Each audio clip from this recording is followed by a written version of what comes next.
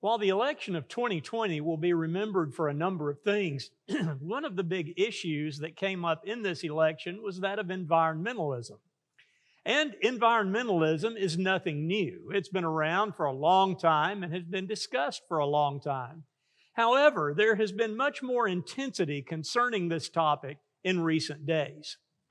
Were it simply a political issue, it would have nothing really to do with what we do in studying the Bible.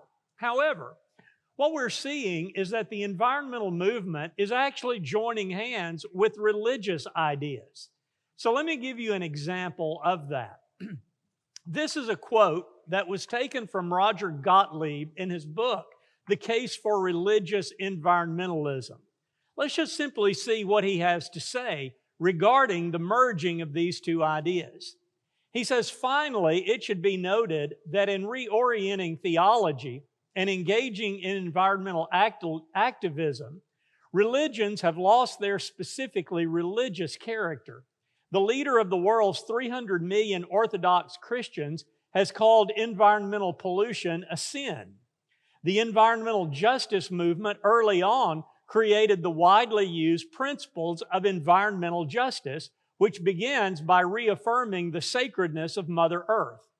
Religious environmentalism means that religious sensibilities have been extended into the environmental realm, not just so that Lutherans or Buddhists or Jews will simply join the Sierra Club. What would argue that this is a good thing and that religion as religion has a distinct and vital contribution to make a secular movement for democracy, peace, justice, and sustainability. I believe that environmentalism is by far the most spiritually oriented of political movements. When we look at that quote, there is little doubt that religion and environmentalism are linking together. And as Gottlieb points out, what we're beginning to hear is some of the basic ideas that we would hear in religion applied to that of environmentalism. So as we consider this idea from the standpoint of culture, from politics, and indeed from religion, we have to understand that Christians will need to come up with a way in order to explain their view on this idea so that it's in accordance with that of the Bible. So with those things in mind, let's think about this study, about Christians and environmentalism, to understand that God has told us how we are to view the environment and how we're to react to many of the ideas that we currently hear. As we think about this issue, let's go all the way back to the very beginning. In Genesis chapter 1, God describes the creation. And at the end of it, it says that God saw that He had all that He had made, and it was very good. When He finishes the creation, we find in Genesis 2, verses 1 through 3, this idea.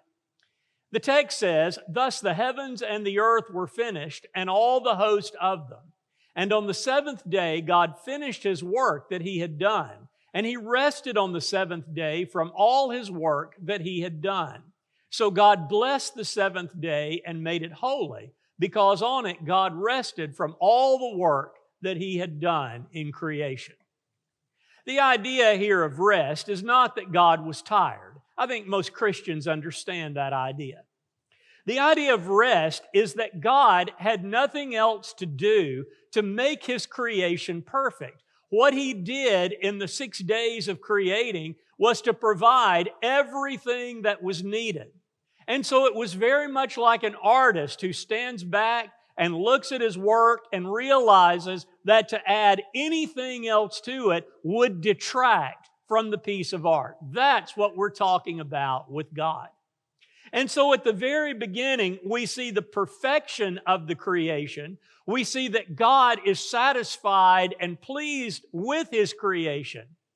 And then, as we continue through the remainder of the Bible, what we find is that God will keep referring back to the creation to illustrate His power as the Creator. Let's look at just a couple of examples of this. In Isaiah chapter 42 and verse 5, we read, "Thus says God, the Lord, who created the heavens and stretched them out, who spread out the earth and what comes from it, who gives breath to the people on it, the Spirit to those who walk in it. If we look in Psalm 19, which depicts the creation, David begins this psalm by saying, "The heavens declare the glory of God, and the sky above proclaims His handiwork." As we look at the creation, both in Genesis 1 and 2 and throughout the Bible, what we find is that this is a testimony of God's genius, of God's power, and of God's ability to create what is perfect.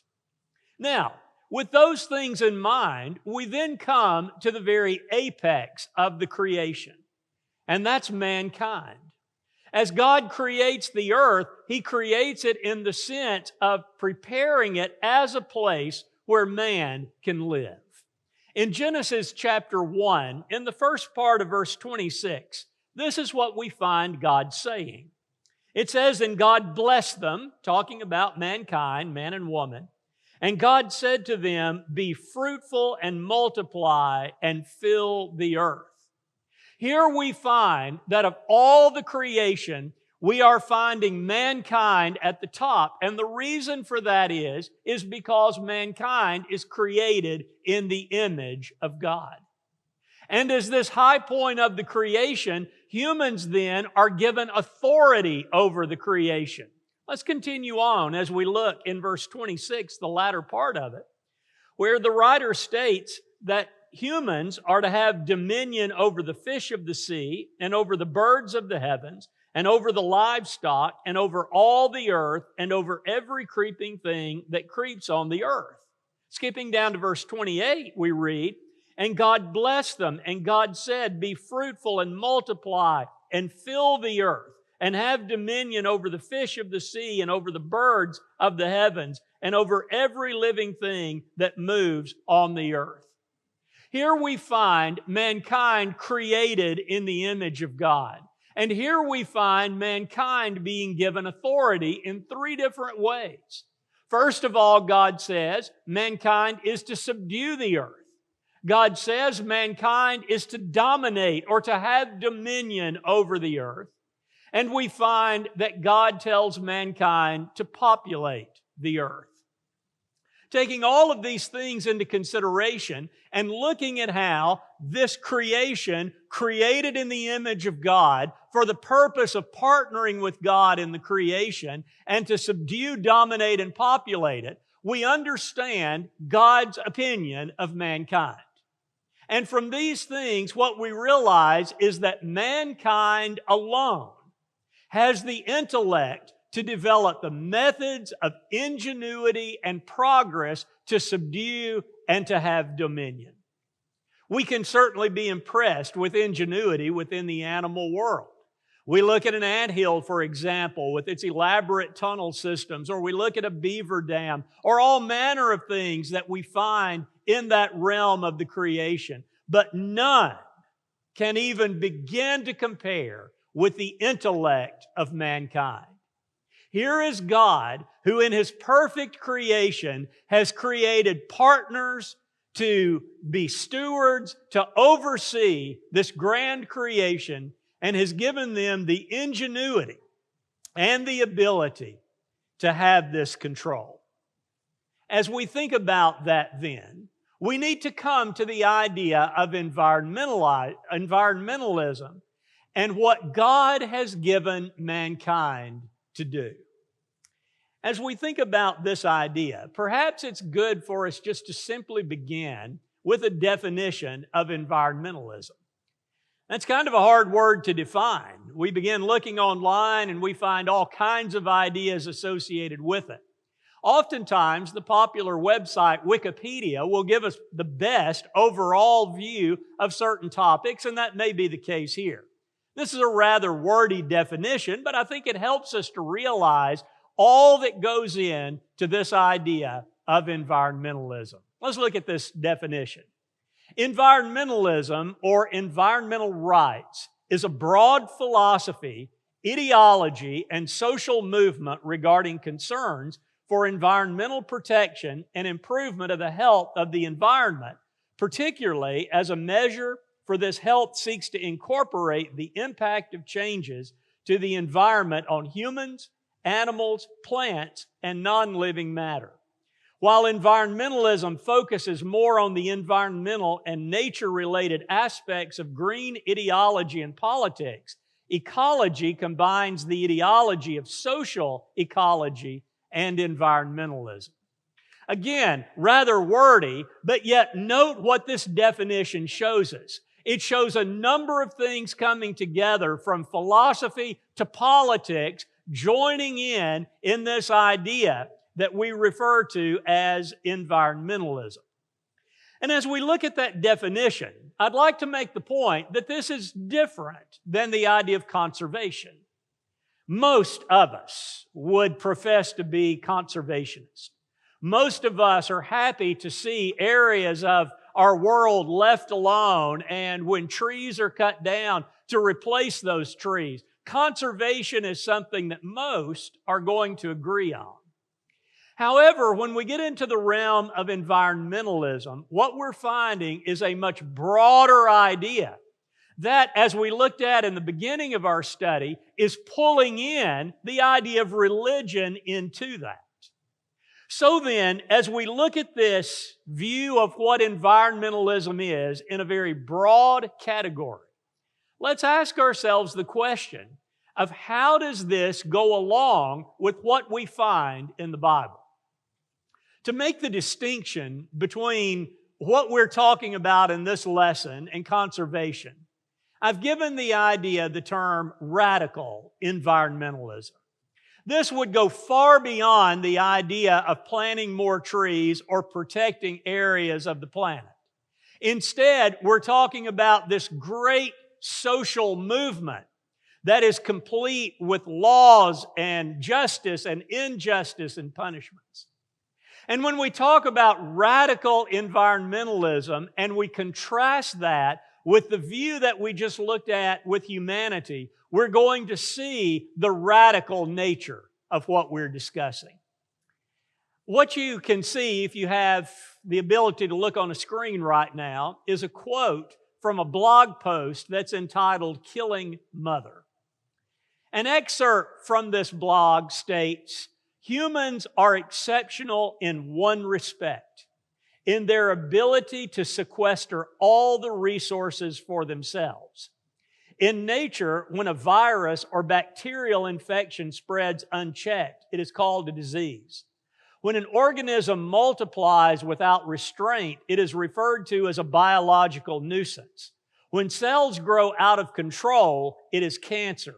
Within nature, people are a cancer upon the planet." Now, if you look at that quote, you see the radical nature that some have taken the environmental movement to mean. Now, as we look at that idea that mankind is a blight, that mankind is a plague, that mankind is a nature upon the a cancer upon the planet, how does that correspond with the ideas that we find within the Word of God? Well, what we see is that there is a huge, huge contrast. Rather than this idea of a cancer or some kind of plague or something horrible, we find that God has a very different picture of what mankind is all about. I believe we find that well expressed in Psalm 8. Let's just read this together. Psalm 8 begins, "O Lord, our Lord, how majestic is your name in all the earth. You have set your glory above the heavens." Now, let's look and see what the psalmist has to say about mankind. "Out of the mouth of babies and infants, you have established strength because of your foes to still the enemy and the avenger. When I look at your heavens, the work of your fingers, the moon and the stars, which you have set in place, what is man that you are mindful of him, and the son of man that you take care of him? Yet you have made him a little lower than the heavenly beings and crowned him with glory and honor." Now listen for the Genesis connection here. "You have given him dominion over the works of your hands. You have put all things under his feet, all sheep and oxen, and also the beast of the field, the birds of the heavens, and the fish of the sea, whatever passes along the paths of the sea. O Lord, our Lord, how majestic is your name in all of the earth." Does that sound like language that's comparing mankind to a cancer? No. What the psalmist is saying is that God has placed humanity in a position of glory and honor to have this dominion, this control over the environment. So one of the very stark contrasts that we're seeing right off the bat is that whereas the radical environmental movement seeks to decrease the importance of mankind, even turning him into the enemy, God rather states that mankind is made in His image to be given this position of very great honor and glory. So as we think about Psalm 8, any idea that robs mankind of this glory that God is speaking of is certainly foreign to the biblical idea of what God wants and what God expects of humanity. Let's also consider this from the idea of who's in control. One of the features of radical environmentalism is very much apocalyptic in nature, that we are getting very close in our abilities to destroy life as we know it.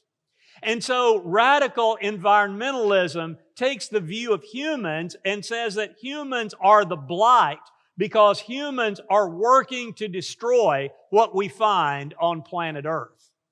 I'd like to share with you this quote from Life magazine. This is from the year 1975, and it illustrates our point. In this quote, it says, "Scientists have solid experimental and theoretical evidence to support the following predictions." Now listen carefully. In a decade, so that'd be 1985 is what we're talking about. In a decade, urban dwellers will have to wear gas masks to survive air pollution. By 1985, air pollution will have reduced the amount of sunlight reaching Earth by 1/2. So we go back quite a few years, and yet we're still, even backing up several decades, finding that radical nature of environmentalism. And here, a group of scientists are saying, if we don't change our ways, in 10 years, we're all going to be wearing gas masks because humanity will have completely polluted the planet to the point that we'll not even be able to breathe fresh air. Predicted that it would be so bad that we would not have the sunlight, at least as they knew it then. And of course, here we are all of these years later, and what do we see? We see that it did not come to pass. Let me share this one with you, which I think is a very ironic quote from the past. This is taken from Kenneth Watt, and he says this: "The world has been chilling sharply for about 20 years. If present trends continue, the world will be about 4 degrees colder for the global mean temperature in 1990. But 11 degrees colder in the year 2000. This is about twice what it would take to put us into an ice age." So what do we find? Again, pulling a quote from the past, 21 years ago, according to Watt, we should have gone into an ice age. Yet, that was not the case. And the irony of this is, whereas he was predicting the cooling down of the earth, now we're hearing about the warming of the earth or the global warming that's taken place. What these things illustrate is the desire to make mankind much more powerful than he really is. While God has given humanity partnership in the environment and the ability to dominate and to subdue the earth, He has not given humankind the power to destroy the earth. In fact, I believe we can find that well emphasized in the book of Ecclesiastes. In chapter 1, the writer states, "The sun rises and the sun goes down, and hastens to the place where it rises. The wind blows to the south and goes around to the north. Around and around goes the wind, and on its circuits the wind returns. All streams run to the sea, but the sea is not full. To the place where the streams flow, there they flow again. The writer of Ecclesiastes is making the point that no matter what humanity does, life as God has placed it is going to continue. That we do not have the ability to stop what God has put into work. Now, let me make this point clear. That is not to say that humankind cannot cause trouble. We need only look at our history to the American Dust Bowl, and we see a time there where humanity did not act as wise stewards of the planet and created a situation that's going to bring a lot of suffering for a while. We think about more recently in the former Soviet Union, the Chernobyl explosion that so polluted an area that it's still off limits to this day. Yes, we can cause trouble, but what we cannot do is take destruction of the planet on our own. God has not given us the ability to come in and to stop what He has put into place. So then, we understand that when we talk about the radical nature of environmentalism, it is the wrong view of humanity as a cancer, and it's the wrong view of humanity in having the power to bring total destruction to the planet. Now, with all of that as our foundation and background, the real question comes, how do I need to look at this?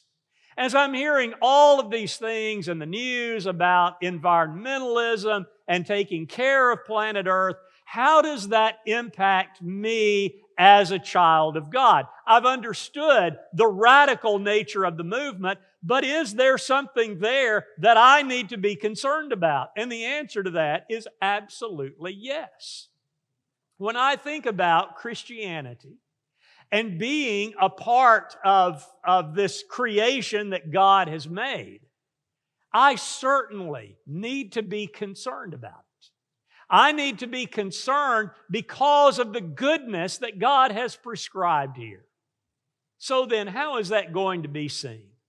How is my concern going to be illustrated in a positive way regarding this issue? Well, first of all, when I am showing care for the environment, a conservationist, I'm demonstrating respect for what belongs to God.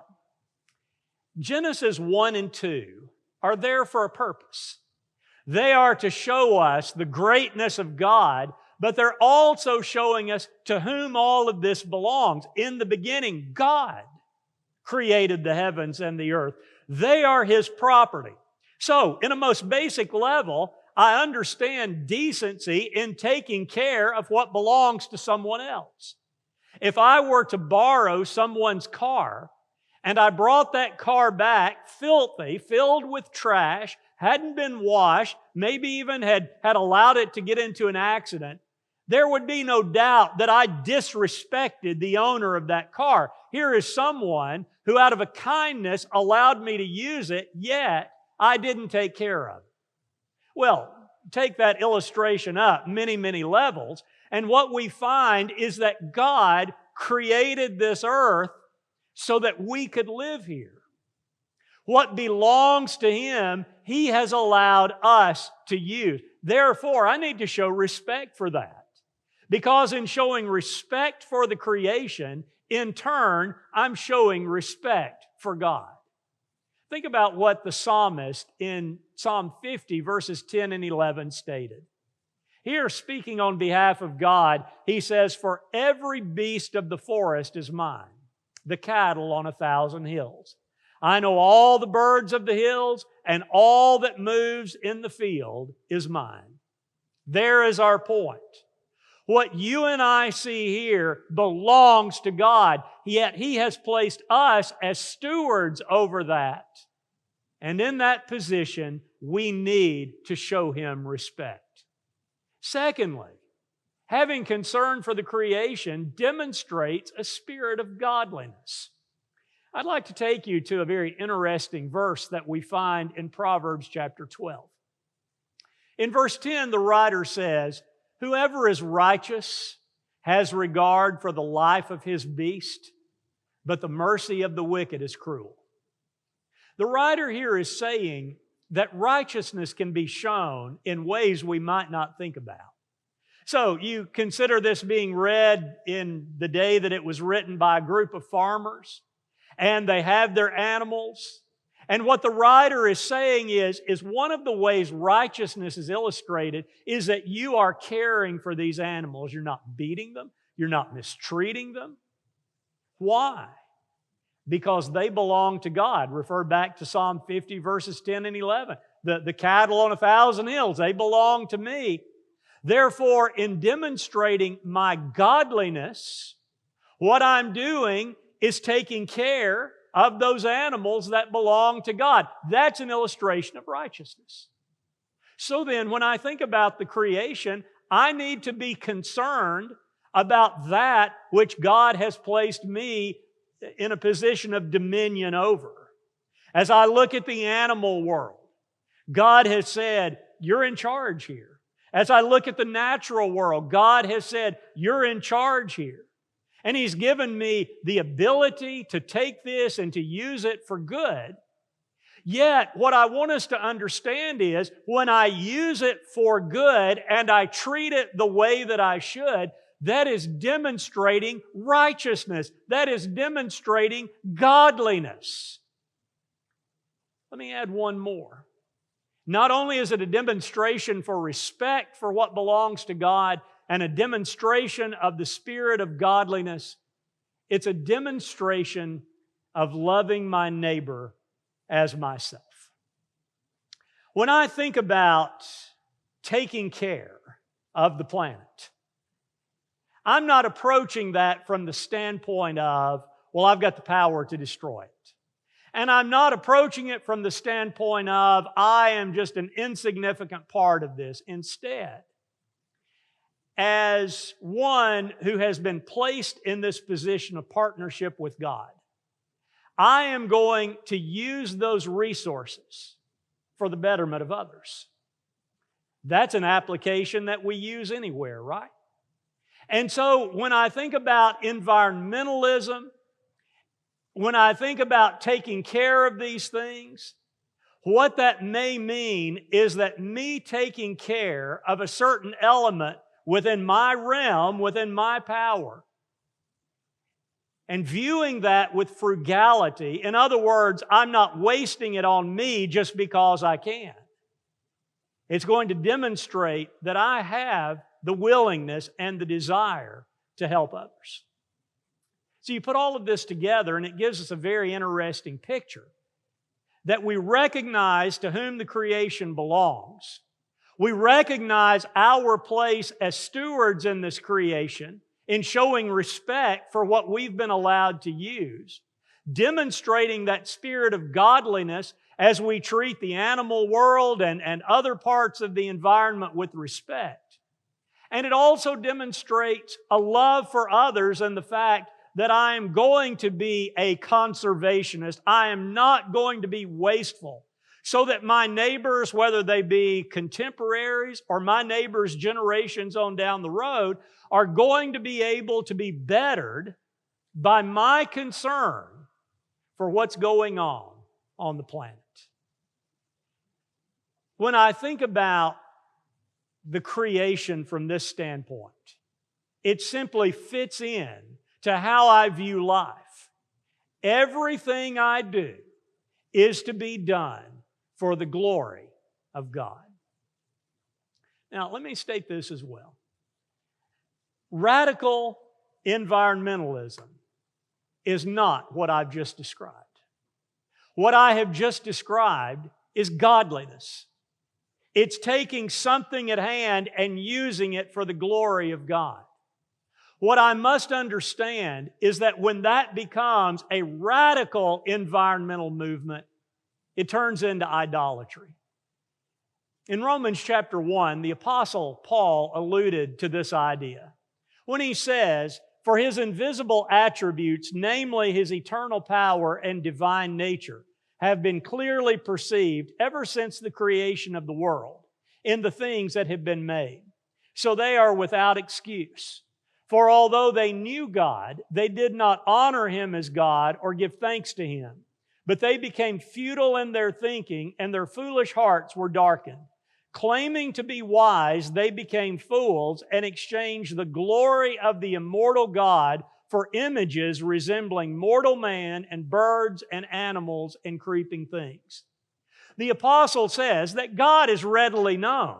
From creation itself, you can see there's a creator. But yet, what has mankind done? Mankind has taken the creation and elevated it to godlike status. And so here Paul says that they've made images of animals and creeping things and birds and whatever, and it's those things that they're worshiping.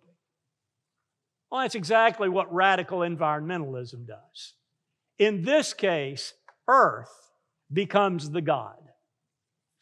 We need only look at the history of the world to see what happens when a people abandons God. They are going to find something to put in His place. They're going to find something to worship. And it's interesting that in our very, very anti-religious, secular times, that has become the earth itself. And you look at enough quotes from radical environmentalists, and it will become painfully clear that they are using language that is very much religious in nature to describe this movement that they have proposed needs to be done to save the planet. Earth, Mother Earth, has become the God. And interestingly, every religion needs its sacred text. And so what we find in radical environmentalism is that science, and please note, if you can't see the screen, that I have that in quotation marks.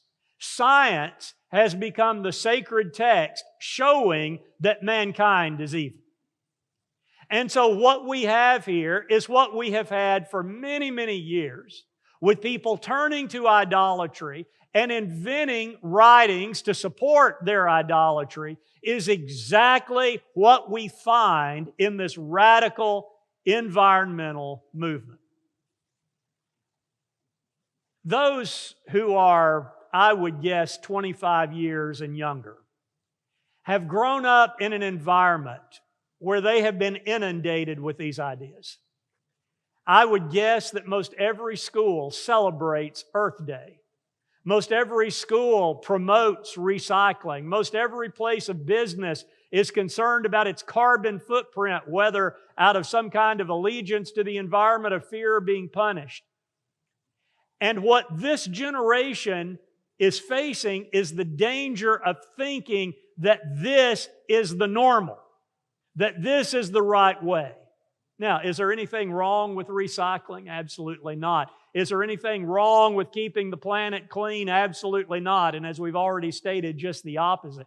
The danger is in looking at this and becoming so comfortable and so familiar with it that really perhaps without even realizing we're buying into the religious argument of the radical environmentalist movement. And that just simply cannot be. Because what people need to understand is that God is the one who's in control. Whether we're talking about our lives or the planet or the ending of the planet, God is the one who is in control. And that is a point that He made very, very early in our history. When He says, I am the one who is going to make the decisions here.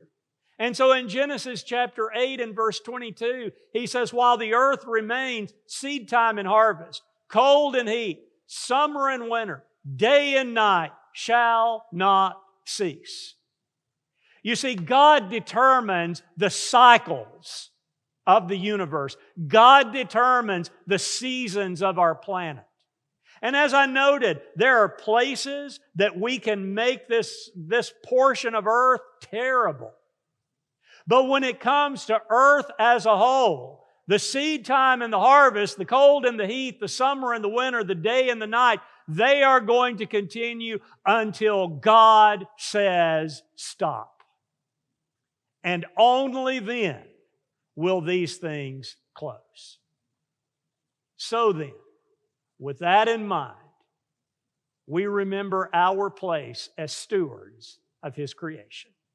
Until then, we take care of the area of the world where we live. We respect it out of respect for God. We treat the creation as good stewards in demonstrating righteousness. We love our neighbor by protecting resources that others can use either now or later.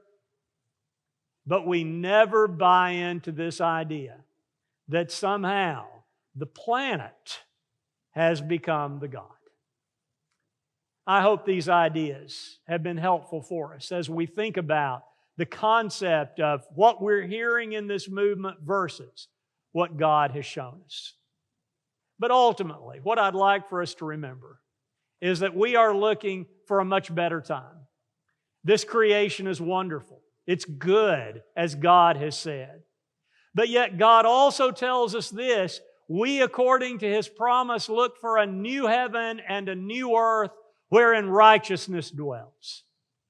You and I want to prove ourselves in this life. We want to show that we are good stewards of what God has entrusted with us. But most of all, we want to show ourselves as faithful people to Him.